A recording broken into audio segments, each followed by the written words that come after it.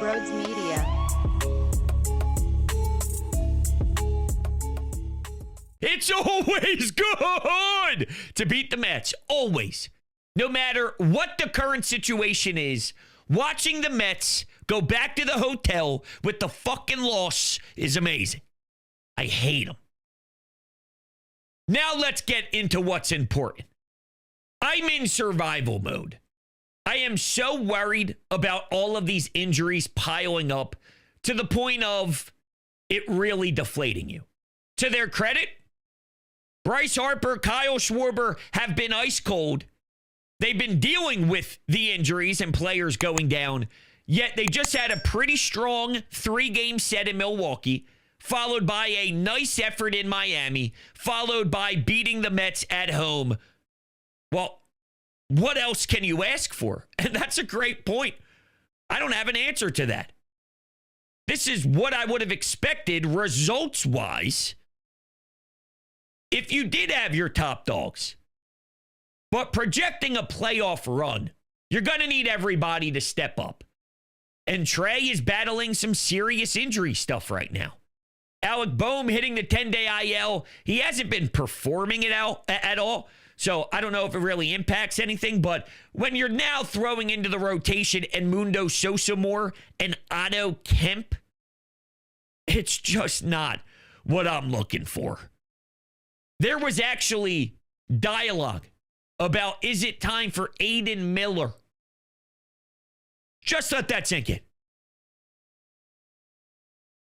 Aiden Miller? I'm trying to win a World Series. He's been killing it. I'm trying to win a World Series. They're not going to. They shouldn't. But just the fact that there's discourse on it, because that's the type of guy we have when it comes to desperation, is nuts. So let's go over some of the timeline with what we know about Trea, because that's really what's causing the most pain for me. What a world we live in. We must be living in La La Land.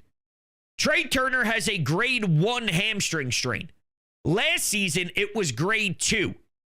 So when you hear that, you simply think, okay, not worst case scenario. And they definitely didn't get the worst news by any means.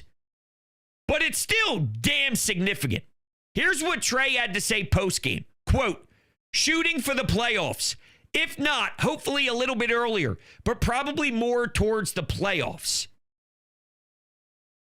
And Mundo Sosa back in 22 felt with something similar, or dealt with something similar. He felt something, and, he had to miss some time. September 16th was the date. So 8 days before where we currently stand, he was playing in the series against St. Louis, and of course, we know what happened then. But here's more information, courtesy of Scott Lauber of the Philadelphia Inquirer. Trea Turner had a grade 1 hamstring strain in April of 2017, missed 11 games, and went 21 for 57 in 13 games upon returning. Although he didn't attempt a stolen base until his 9th game back. Regardless, if something like this was going to happen, it seems to be best case scenario for Scott Lauber. So if this is best case scenario, it still is pretty damn damaging. Now, this is what I'm trying to figure out about this group, who I questioned for 95% of the season. Do they have the magic? Do they have Harrison Bader stepping the fuck in and being an absolute game wrecker? Maybe clean up some of the base path stuff. The team as a whole, all jokes aside. Come on, boys. Let's get the head out of the ass, because some of it is pure ugly, pure hideous. But Bader, the reason why I bring that up, it sparked a reminder that I watched him at second base. Here he is sliding, trying to put his foot over the tag. He puts it right into the tag. And that's when he actually scored runs. A run. You could have scored runs with an S. And credit to Nick. But see how Nick is delivering when he's barely getting his number called? And truth be told, this was a Brandon Marsh game. But Brandon Marsh was sick. Nick gets slotted in, and he knocks in the game's only run. Do they have the magic touch? And I'm not ruling it out. Because so far, they just keep winning at a pace and at a clip that is very reasonable. The competition is going to massively improve. The pressure is going to get significantly more tense. So there's a lot of variables. You still have to make it another month. You need to beg that Bryce comes alive. You think he would, though, right? Him and Kyle, they're just too good. When you're looking for a 50 burger, maybe that's wearing on Kyle Schwarber. And then once the playoffs begin, boom. You cut it off and you just go into demon mode. That's what I'm hoping. But you got to imagine one of them start to groove, and then it makes this team even better than what they've been. But the question just becomes, somehow, some way, can someone step up on a night-to-night basis? Whether it's Kepler one day, whether it's Brandon Marsh one day, whether it's Nick one day. It just needs to be another name called upon every night. And hopefully Kyle and Bryce get there. You got to imagine. They're just too damn good. They're too damn lethal. You got to imagine. I love the idea of batting Bryce leadoff, although one of the grossest at-bats in mankind. Actually, I think Sosa gets the nod for that. But there was a rough one with Bryce swinging at what was supposed to be a breaking pitch on the outside part of the plate. That thing didn't break at all. It was just 5 feet outside, and he's hacking at it. I will say the first strikeout looking, that was a nasty pitch early in the game. Second time you're seeing him, he did not look as poised as he did in Queens. He didn't look as great, and mechanically, he looked off. Very young, skill set super high, scares me for the future, but definitely had more of a hiccup game. And I mean, the Phillies scored a run. But that's what happens when Aaron Nola goes, I'm back, fucker. I don't know. I'm sorry. I got a little bit blown away there. I got a little bit too excited. But that's the Aaron Nola I know. That's the Aaron Nola I feel is still in there somewhere. You know I'm a believer. You know I believe that Aaron Nola, that motherfucker, has big balls. Has big stones. You're laughing. I'm telling you. It's just, can we get it? We got it. No blow-up inning. And this was a big spot for Knowles. Let's not pretend it wasn't. You have a very limited batting order today.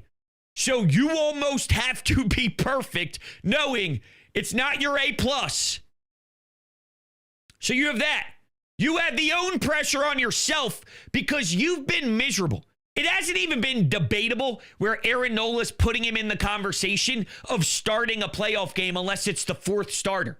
Do you now know how down bad you have to be if you're Aaron Nola to be out of that? Do you think he's fucking happy about it? Do you think he's okay with it? You think he shows up to the ballpark thrilled and he's just accepting it? Fuck no. Fuck no. He's battling every day to put himself back in that mix. And hear me out. When Aaron Nola, before the Zach Wheeler stuff, right, and it'll tie together in a second here. But when you thought about him, the city debated, is he a 1? Is he a 2? Is he a 1A, 1B? Whatever it was, right? But the reason why is because, and the answer was no, right? There's definitely a tier above Aaron Nola, but he's still a very effective pitcher. But you were at least debating it because kind of by default, since he was your best pitcher, but also because, I mean, you're talking third in Cy Young category. So there is something there to debate it. You may lose your mind. It's like one of those things that Jets fans are struggling with right now. They're in so much pain because they lost to the Steelers. But the fact that they looked like a football team who could tackle, who could actually play the game, and it looked like the sport of football, whereas the Giants fans want to vomit out their ass, there's at least pride in that. Well, with the Aaron Nola thing, you may not have thought he was a 1. You might have debated if he was a 2, if he was a 1B, but the conversation was being had. There's so much pressure.